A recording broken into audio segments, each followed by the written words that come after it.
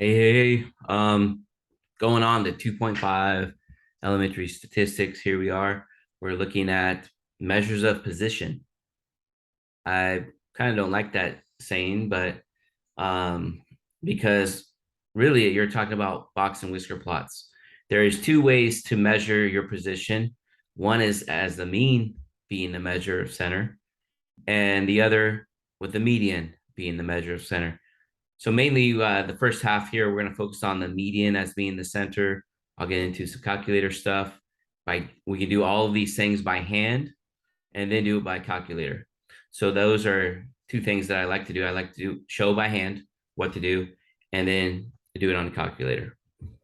So with any data set, we can have large data sets, and we're on page 102, 103, just a set of numbers. Okay. We got a bunch of numbers and we want to describe this data. We want to analyze the data.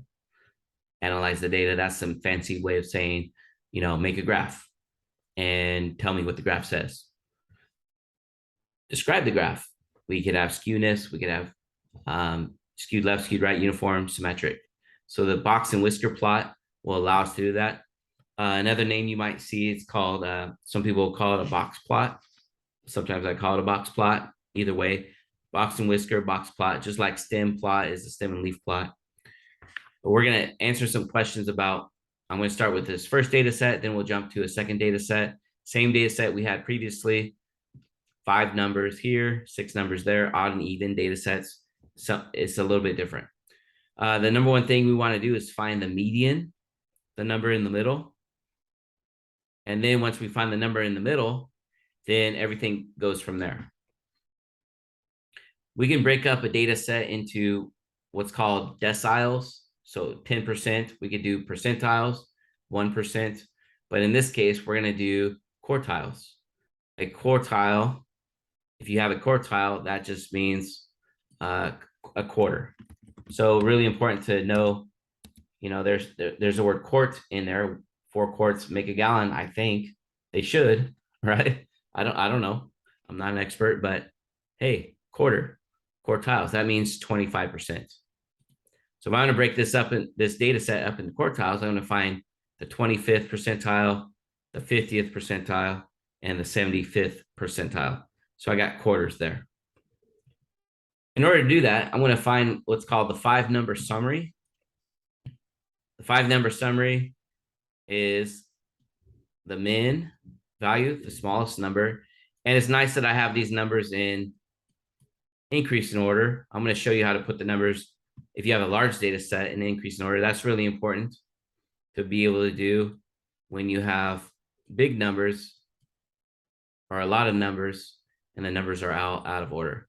So the smallest number, the biggest number, where's the median? Median is in the middle.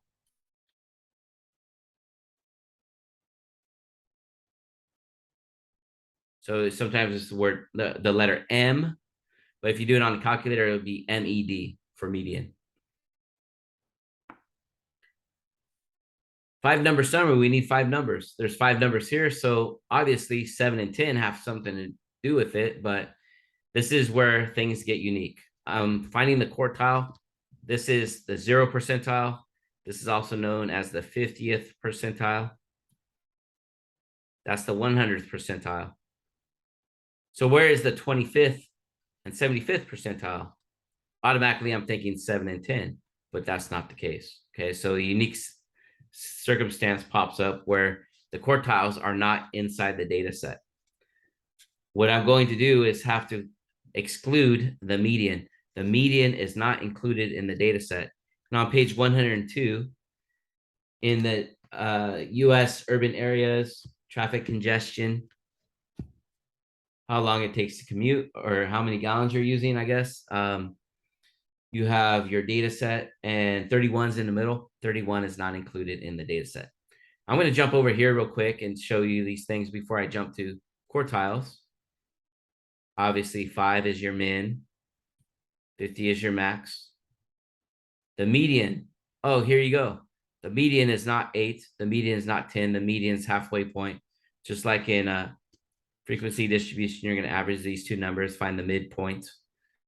10 plus 18, or 10 plus 8 is 18. Divide by 2, we get 9. So the median is 9. And notice 9 is not part of the data set. 9 is the median. So we cannot include the median in the data set because sometimes the median is not in the data set. Now I'm going to find the first quartile. Okay, quartile 1, also known as Q1. So we have the first quartile called Q1. That's going to be halfway between these two numbers. Halfway between these two numbers is, in between 5 and 7 is 6. 6 is called Q1, also known as the 25th percentile. So if you'll be asked, what's 25% of data? Well, that's another way of saying the first quartile.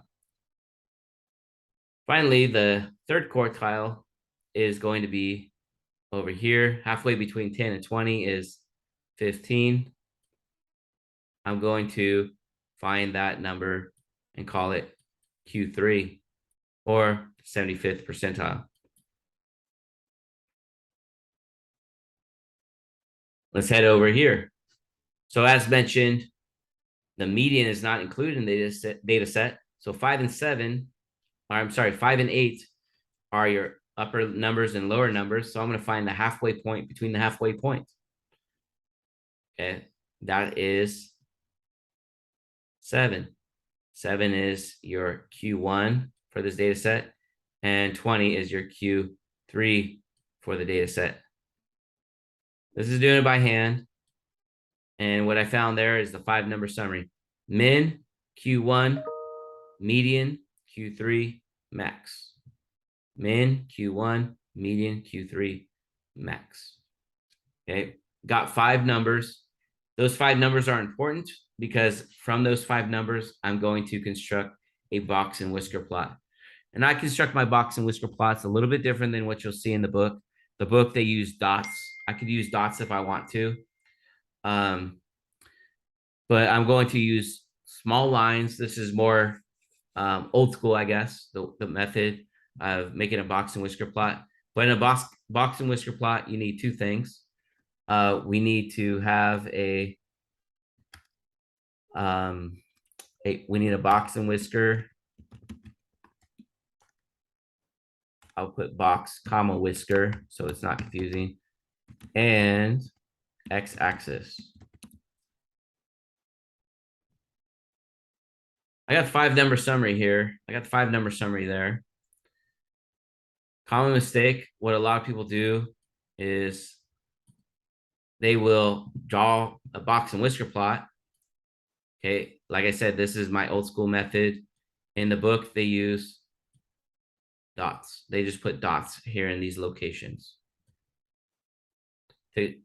5 dots represents the 5-number summaries, Q1, Q2, Q3. Oh yeah, 50 percentile, sometimes called Q2. We don't really have a Q0, but if there was, it would be min. Q4 would be max. Okay, so a lot of people just draw the graph and then put numbers on there. Oh, this is 5. Okay, what's the next number? 7. Okay, I'm just going to call it 7. Okay, this is all messed up. Okay, it doesn't work that way. I can't just draw the box plot. I have to draw the x-axis to scale first. So number 1, we're going to draw the x-axis. Number 2, we're going to construct the box and whisk plot. So that is no bueno. X-axis first. These numbers go from 5 to 20, so I have to decide what I want on my x-axis, similar to what we did with frequency distributions.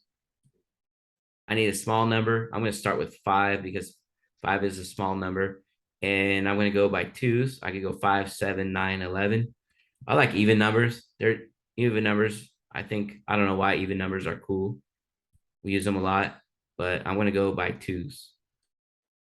And notice my scale. I'm creating the scale evenly. So that way I will be able to see skewness. So I can talk about the shape of the distribution and show skewness. Why are even numbers so cool? That's a funny statement. There we go. Got my scale. Now I'm going to graph. I'm going to put small lines for the min and the max number. 5 is halfway in between here. Sometimes you might put it directly on the x-axis, or you'll see dots directly on the x-axis. Customarily, we'll put it above the x-axis. That's usual and that's common. That's how the calculator does it as well. So a small line at 20 or a dot, either way, I put lines. I'm going to put big lines at Q1, Q2, and Q3. So at 6, I'm going to put a big line there. At 8, I'm going to put a big line there. And finally, at 15, big line at 15.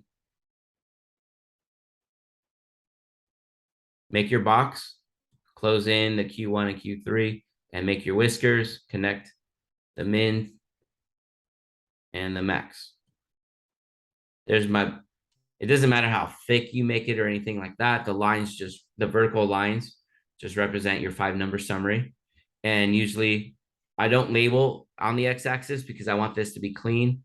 I label above or near the x-axis.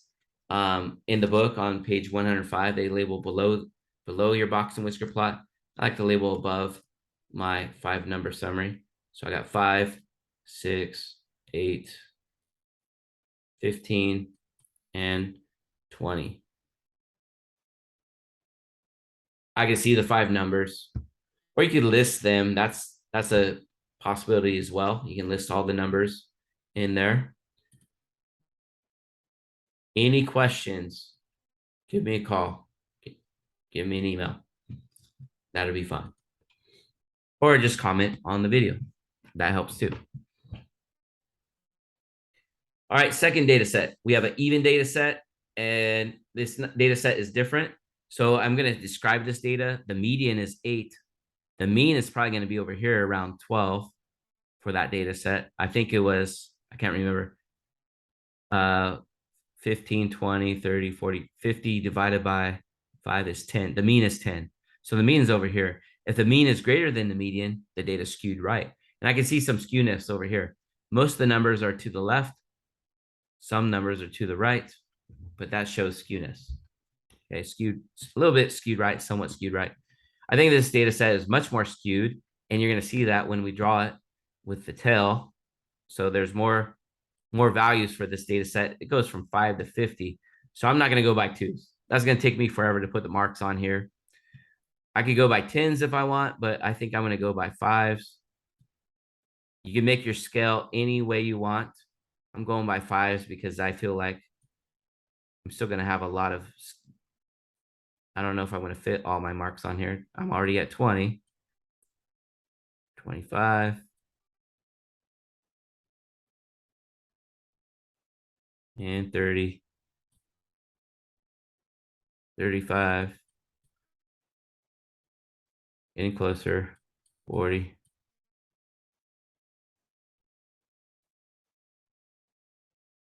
Same idea, min and max first. So 50 is my max, 5 is my min, 7, where's 7 at? Oh, this is going to be halfway in between here, closer to 5, vertical line. 9, oh, 9 is just below 10. Ooh, holy cow. Most of the data is over here. Q3, 20. Oh yeah, there we go. Connect my box.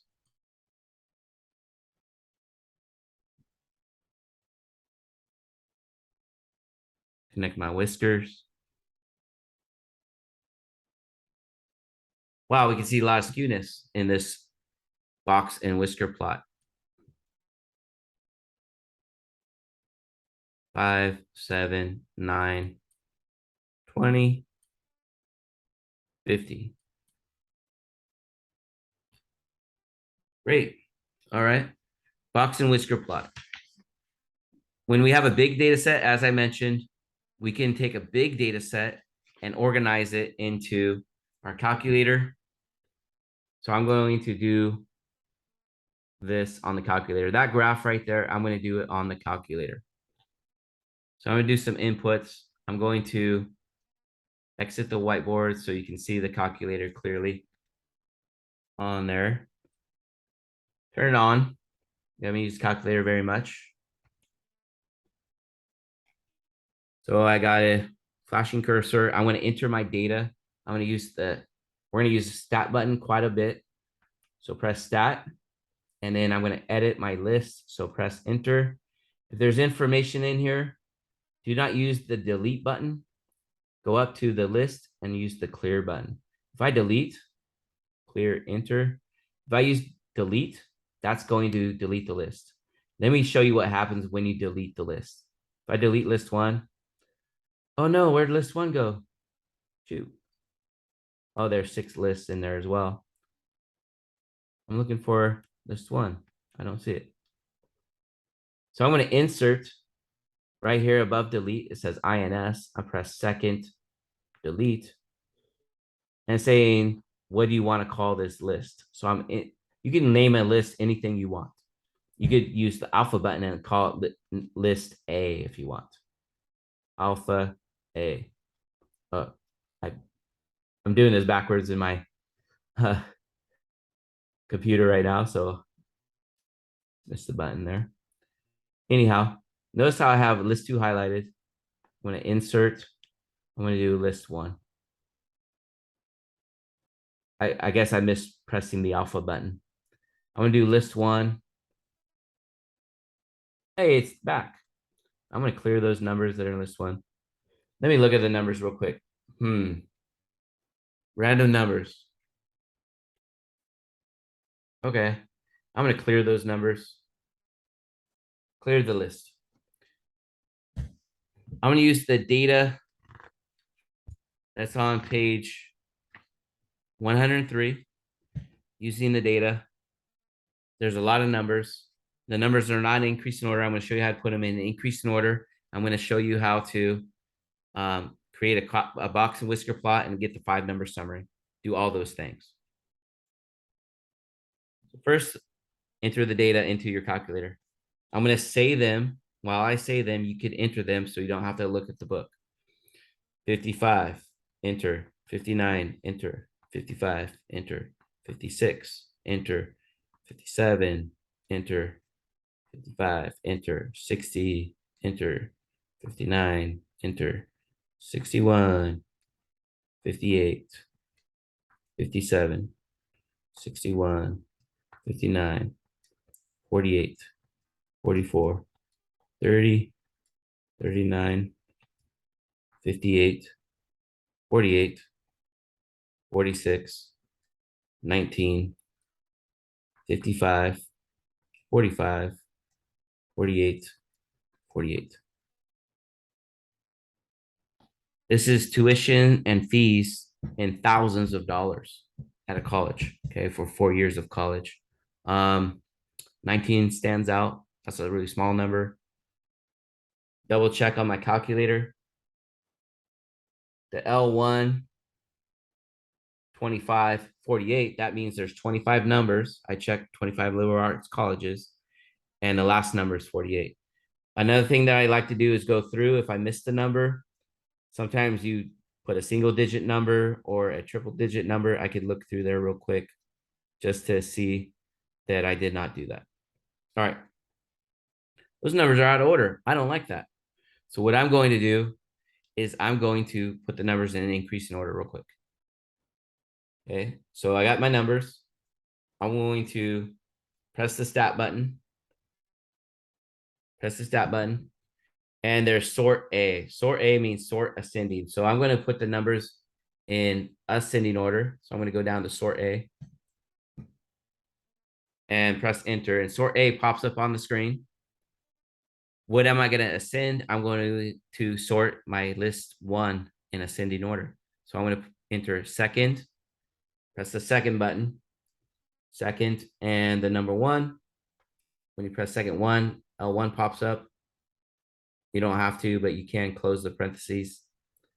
Press enter. Done. Okay. It's all done. Let's go back and look at the list. Again, the stat button. Press enter. Notice there's a sort D right there. Descending order. So then I'm going to press enter. I'm back on my list. Hey, the first number is 19. That's the minimum number. What is the middle number? The 13th number is the middle number. Oh, that's the median. I could quickly find the median number by going to number 13. Oh, $55,000 is the median cost of college. That's the center. Pretty quick, pretty nice. There's Minitab, there's Excel. You could do this in Excel as well to find these things. So there's StatCrunch, TI-84, pretty useful, pretty quick to do that. Another thing I can do is find the 5-number summary. Hey, that'd be pretty nice to do. I don't have to do by hand. Pretty cool. I think it's real quick and easy. Press the stat button again. New world, Super Mario World. Number 2. That's world 1. World 2. Calculate. And the very first thing you see, we're going to learn how to use all these things down here, but we're going to calculate one variable stats. Okay, we have one variable. Our variable is the cost of colleges. Later on, we'll get to 2 variable stats. My calculator may look a little bit different than your calculator. Your calculator may have Stat Wizard. Okay, I got the TI-84 Plus Silver Edition. This is supposed to have Stat Wizard. It does not.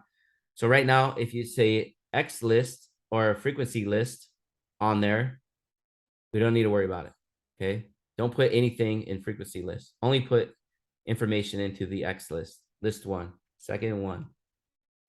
So when you put one variable stats list 1, or if you go X list is list 1, and then frequency list, leave it blank, go to paste, and when you press paste, this will pop up on the screen.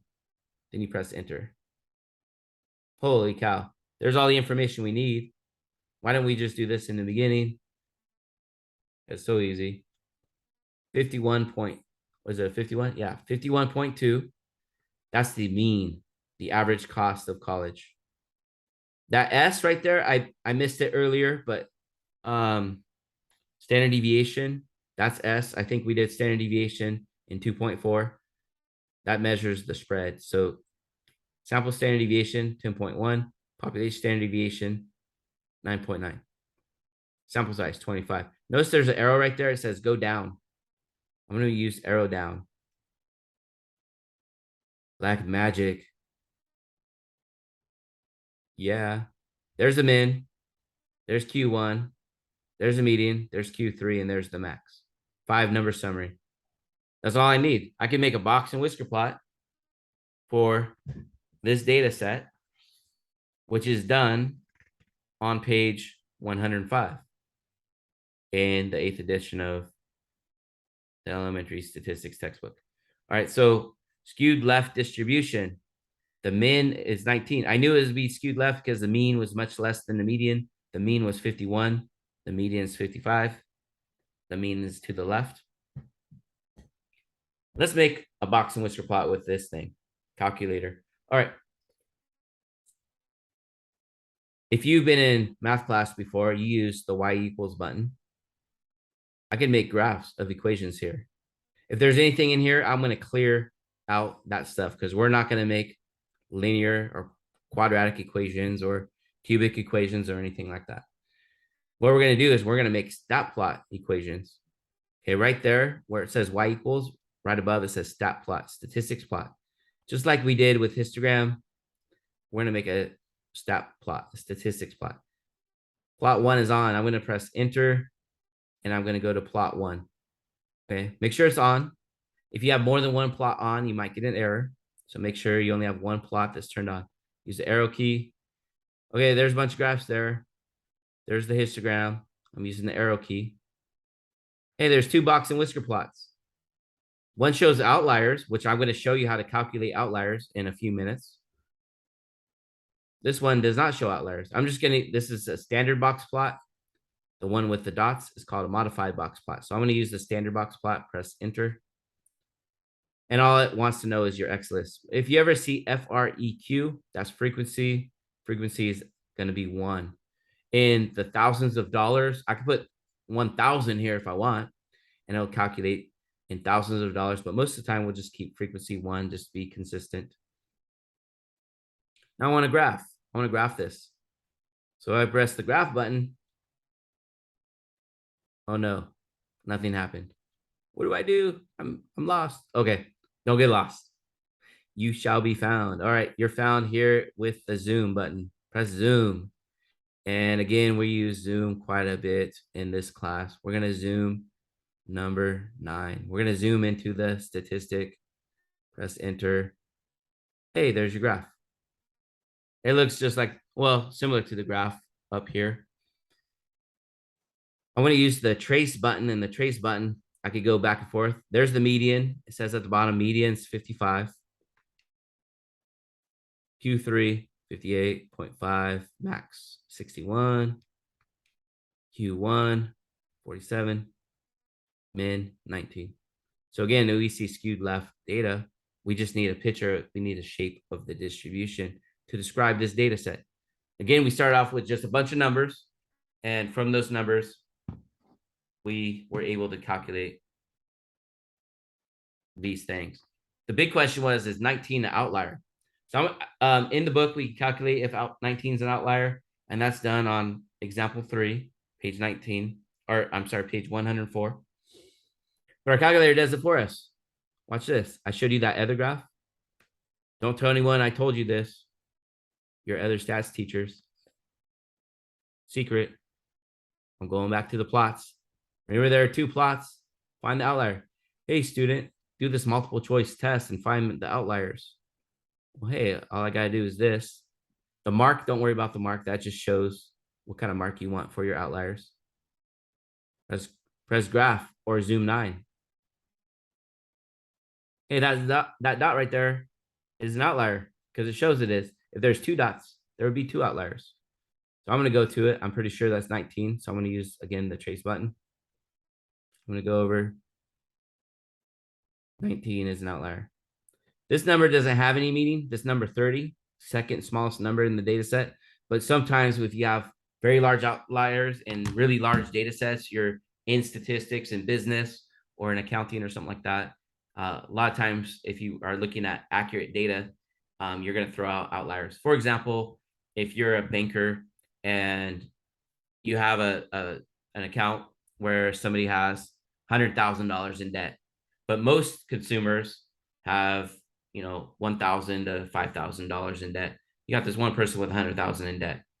That's an outlier. You don't want to use that to find the mean amount of money owed to your bank.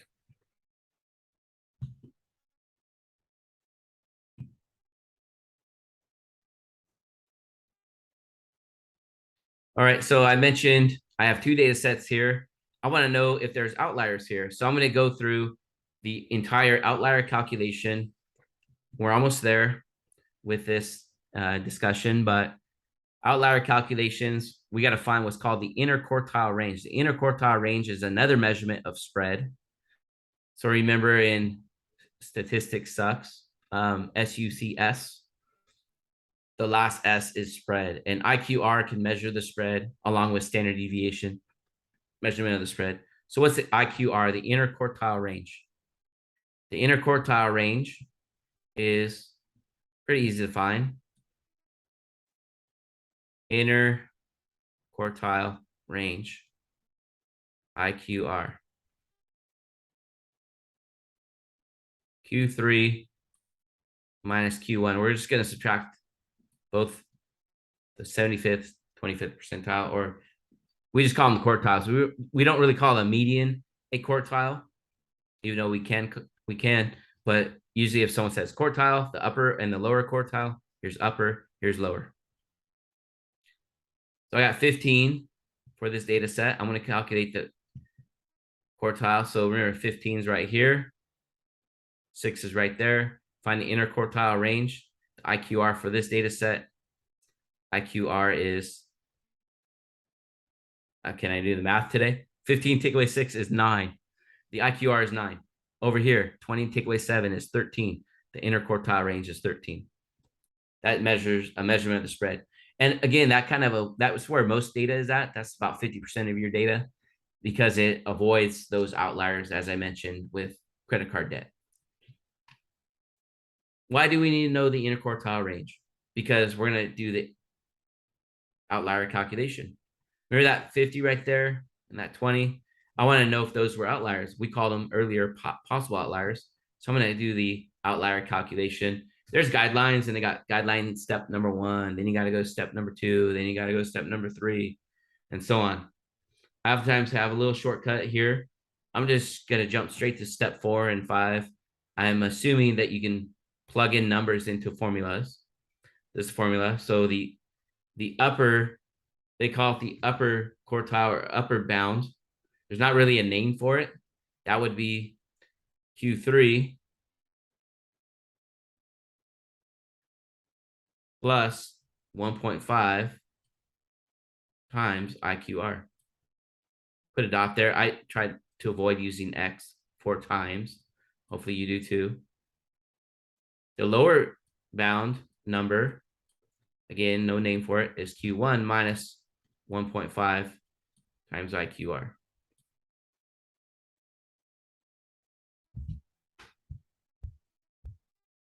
All right, so I'm going to calculate if there's any outliers. I'm pretty sure 5 is not an outlier here in this data set, but I'm going to calculate it anyway. So I'm going to take 6. I'm going to do it in this space here. I'm going to do the calculation. 6 minus 1.5 times IQR. I'm going to put parentheses around it this time. That means multiply. 15 take away 6 was 9, recall. 1.5 times 9. So from here to here is 9. 1.5 times that. 1 times 9 is 9. Half of 9 is 4.5. So that's 13.5. 6 minus 13.5 will give me any number below this. So any number below negative. Shoot, I got to do math. Oh, I can do it. 7.5. Calculate it. Use calculator if you need to. Any number below negative 7.5 is an outlier for this data set. That's a lower. 5 is not below that. There's no negative numbers. Now I'm going to do the upper quartile calculation. The upper quartile Q3 is 15. I'm going to do 15.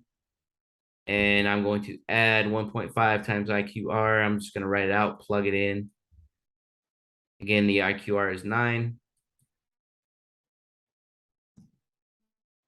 In fact, I'm going to use the calculator just to make sure I'm not telling you wrong. 13.5, yay. I did math in my brain properly.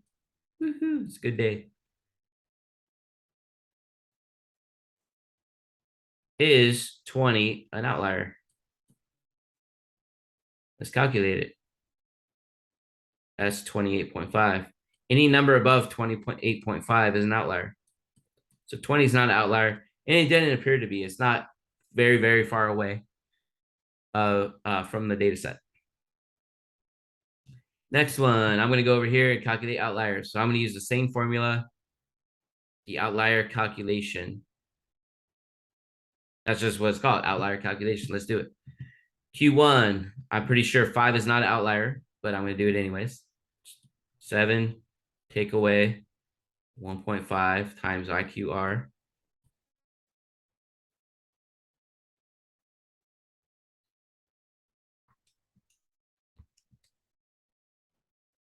I'm going to get a negative number again. 7 minus 19.5.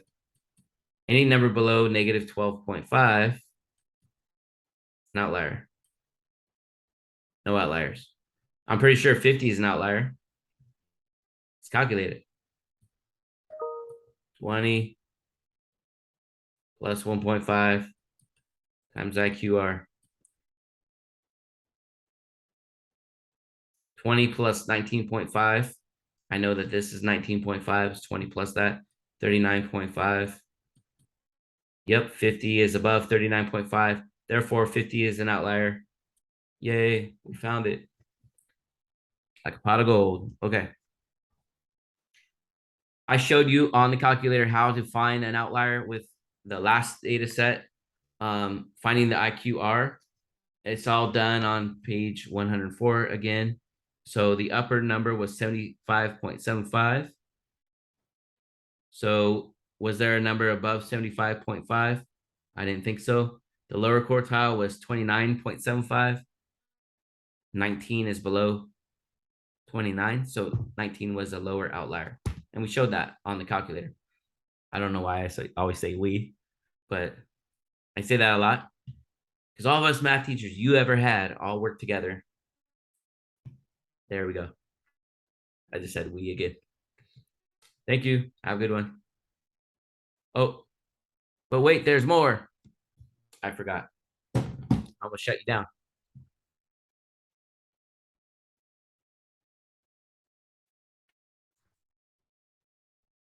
There's more to this. Everything I just told you was if the median is the measure of center. What if the mean is the measure of center? Now we have the mean being in the center, and I want to find the measure of position. What position are you in? Wow, there's a lot to this. And most of the book refers to the mean as being the measure of center. So if I have the mean as being the measure of center, first of all, median and IQR go together. Median is on the same team as IQR. Median, they don't mean the same thing. I don't like dots. I don't want to put an equal sign. Median and maybe I'll put a muscle. Median and IQR go together. I'll put a comma. Commas are good. Okay. Mean and standard deviation go together. They're on the same team. So whenever you're asked to find the median and find the measure of spread, I would not find standard deviation. I only find standard deviation if I'm using the mean. So in this next scenario, you're going to be given the mean and standard deviation and a value.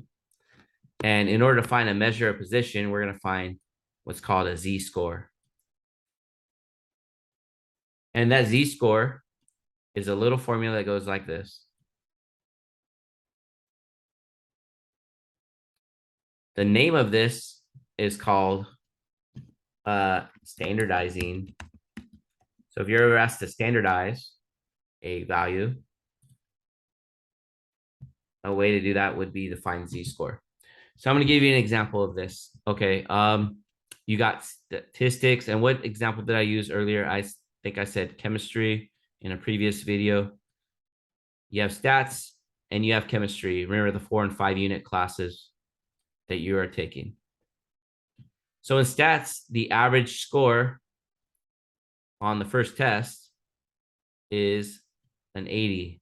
The average score of everyone. So remember, mu is a population parameter. We're talking about quantitative data. The mean is 80 with a standard deviation. Oops, I put the wrong symbol there. That's sample standard deviation. I should put population standard deviation. Population standard deviation is 10. Okay, for chemistry, the average score was 70. And the standard deviation is more spread in chemistry. Some people score higher, some people score lower. Standard deviation for stats is a little smaller. Scores are closer together. Okay. These are average scores. So you're sitting there with your spouse, your family, or whatever, and like, how's school going? How's stats and chemistry? I heard those were pretty hard. And you say, well, on the first test in stats, I got an 85. Right? And the first test in chemistry, I got an 80. Okay. So most people would say, I guess you're doing better in stats than chemistry. Wow. Good job. Stats must be easy. All right. Not necessarily. The average score is an 80. Well, we got to compare this single value to the average. You're kind of guessing right now, I hope, that the difference between 80 and 70 is 10. You scored 10 points higher than average in chemistry. You scored 5 points higher in stats. So without doing any calculations, I could just subtract these two numbers, subtract those two numbers, and find there's very little difference in the stats score and its mean. There's a larger difference in the chemistry score and its mean. So again, stats wins. Stats, yay, yay, stats. We're doing better in stats. But wait, we're going to find the difference between our value and the mean. That's what this is. This is a single value. So X is called a value. Mu, I don't need to tell you what mu represents. Mu is just, or X is just a single value. Sorry, this is an arrow right here. I tried to draw arrows a lot of times. All right. I'm going to take one value, your score, and compare it to all scores. 80 represents all scores. That's your z-score. So I'm going to find two different z-scores. Z equals X minus the mean divided by the standard deviation. So let's do the math. 5 divided by 10. Okay. That's 1/2. I'm going to write decimal, 0.5. Any score like 2 or 3, that's above average. This was above average. 85 was above average. But far above average would be a z-score of like 2 or 3. Let's find the z-score for chemistry. So I'm going to subtract these two numbers, 80 and 70. Make sure you don't subtract the wrong way. We don't want negative numbers. Both grades are above average.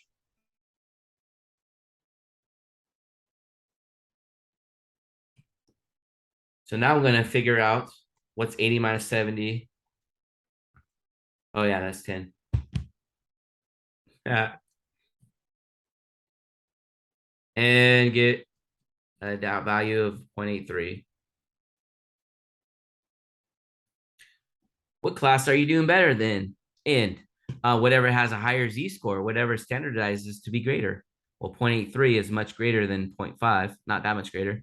So stats, sorry, you're not doing better in stats. You're doing better in calc. We standardize compared to the average, or not calc, chem. Yeah, calc, that's a good one too. You should take that. Take them all. Just do them all. Just take every math class before you transfer, and you'll get into every college you ever wanted. Like last semester, a student was like, I want to get into Berkeley. This is my dream school. I was like, well, take every math class. You'll get in. All right. That's what I did. That's what I did. That was my deal that I got in UCLA. I took all the math classes, got an A on all of them though. So I don't know if you could do with that. So there you go. That's standardizing. That's the last thing. And they got a nice example there about cars on the freeway and freeway speeds. What cars are driving too slow, what cars are driving too fast, what cars have average freeway speed. They also have average height is 59 inches for a male. Talked about that in normal distributions, 2.4, a little bit with the empirical rule. So z-score, we're going to see a lot of this later on when we get in chapter 5, calculating z-scores and things like that. All right. Another one down. Good job.